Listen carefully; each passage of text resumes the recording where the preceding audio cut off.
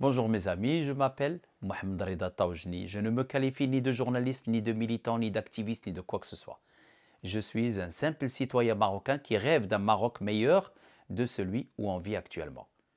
Le Maroc où on vit actuellement, je ne dis pas on vit, mais je dis survivre. Car on mange, on dort et on travaille, sans plus. Et encore, il faut que la majorité du peuple marocain trouve du travail. Et même ce travail, il faut qu'il leur offre la vie dans la dignité. Parce que s'il est payé une misère, de quelle vie on parle? Quand je parle de survivre, c'est vrai, on survit au Maroc. On ne vit pas. Parce que vivre, c'est beaucoup plus que respirer, dormir, aller au travail. C'est la culture, c'est le sport, c'est les espaces verts, c'est beaucoup de choses. Nous, on ne fait rien de cela. J'essaie à travers cette vidéo en français d'attirer l'attention des responsables marocains francophones. J'ai diffusé des dizaines de vidéos concernant l'état de la santé publique à la région de Souss-Messa et principalement à Agadir, Inzgan, Biougra. Ce n'est pas des hôpitaux qu'on a, mais c'est des mouroirs. C'est une catastrophe humanitaire comparée à ce qui se passe en Europe ou en Amérique du Nord. J'espère que même les investisseurs, j'espère que même les touristes regardent cette vidéo pour faire la pression sur nos responsables et qu'ils réagissent. Juste un petit exemple de notre galère, la galère du peuple marocain. Il vous arrive un accident quelconque. Alors si vous êtes en milieu urbain, il y a toujours l'ambulance qui arrive avec beaucoup de retard. Je ne peux pas parler d'ambulance, mais d'un véhicule de transport de marchandises. Car dans cette ambulance, nous n'avons ni médecin, ni secouriste, ni équipement, ni rien du tout. C'est un véhicule comme celui où on transporte les tomates ou même des vaches ou n'importe quoi. C'est un véhicule qui arrive et qui vous transporte n'importe comment. Alors imaginez que vous avez une fracture de la colonne vertébrale ou de la nuque, où il n'y a pas de mobilisation, il n'y a pas d'équipement. Vous avez deux pompiers qui vont vous prendre par l'épaule et les pieds. Alors si vous avez une fracture du dos, c'est bon pour une paralysie générale pour le restant de votre vie.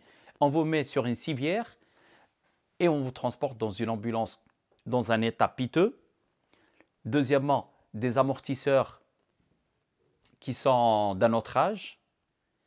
Et vous aurez de la chance si vous êtes seul dans l'ambulance, parce que des fois, s'il y a un accident, et vous pouvez être à 3, à 4, à 5, à 6, à 8 même, dans cette même ambulance. On vous met comme des sardines et on vous transporte à l'hôpital. L'ambulance de la protection civile n'a pas le droit de vous emmener vers une clinique privée. C'est la loi au Maroc. Donc elle va vous emmener aux urgences d'un hôpital public. Et le cas chez nous, à l'hôpital Hassan II. Vous arrivez à l'hôpital Hassan II.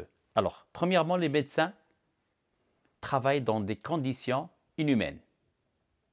Ils n'ont ni équipement, ils n'ont rien du tout, et ça travaille, et on leur demande de travailler. Les infirmiers, il y a un manque énorme d'infirmiers, et concernant les médecins, c'est pour ça qu'ils préfèrent quitter les hôpitaux, quitte à même ne pas venir à l'hôpital et aller travailler dans les cliniques privées. C'est bien rémunéré et ils ont ce qu'il faut. Je vais vous donner un exemple simple. Le 9 mai de cette année, une opération chirurgicale qui devait avoir lieu et le médecin chirurgien n'a pas de gants. C'est l'hôpital Hassan II, l'hôpital public. C'est un hôpital régional. Et il leur donne une ordonnance pour aller à la famille, aller chercher des gants chirurgicaux pour que l'opération puisse avoir lieu. Est-ce que vous trouvez ça de normal? Même les gants, ils n'ont pas.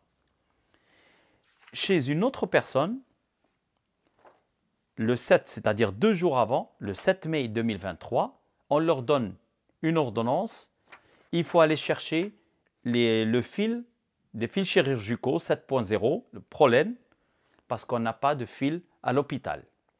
Lorsque je me renseigne auprès des chirurgiens à l'hôpital régional d'Agadir, on me dit qu'il y a une trentaine de modèles de fils chirurgicaux. On travaille avec 3 ou 4 fils, c'est ce que nous offre, et s'il y a encore. Il n'y a ni bavette, ni rien du tout. Autre chose, notre salle d'opération, les salles d'opération sont loin d'être stérilisées, sont loin d'être des salles d'opération où le malade ou le patient arrive pour être opéré et ressortir sans attraper une autre maladie. Aujourd'hui, je me résume à ces quelques mots pour essayer d'attirer l'attention des responsables marocains, mais même les touristes, même les investisseurs doivent faire pression sur nos responsables parce que c'est une catastrophe, notre système de santé. Même à Inzgan, pour une simple injection, on vous donne une ordonnance qui vaut 50 centimes d'euros, 5 dirhams, on vous donne une ordonnance, allez à la pharmacie, nous chercher une seringue.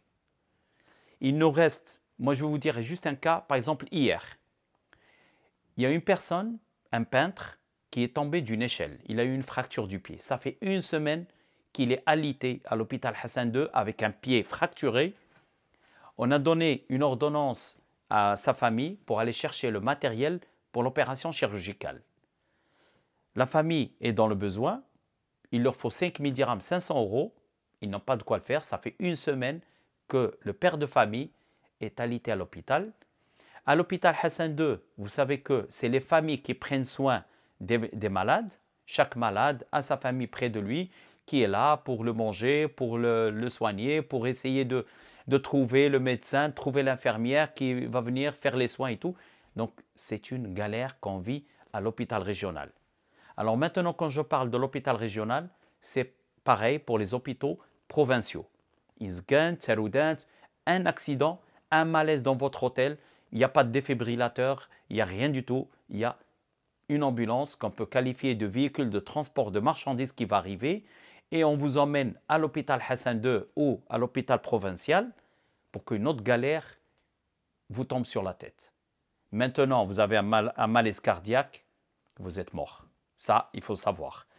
Vous avez un accident, que Dieu vous préserve, vous avez perdu beaucoup de sang, vous avez toutes les chances de mourir parce que l'ambulance, avec des dizaines de minutes, si ce n'est d'heures, qui va arriver, qui va rassembler tout le monde dans ce véhicule transport de marchandises, qui va vous transporter dans un état vraiment lamentable vers l'hôpital.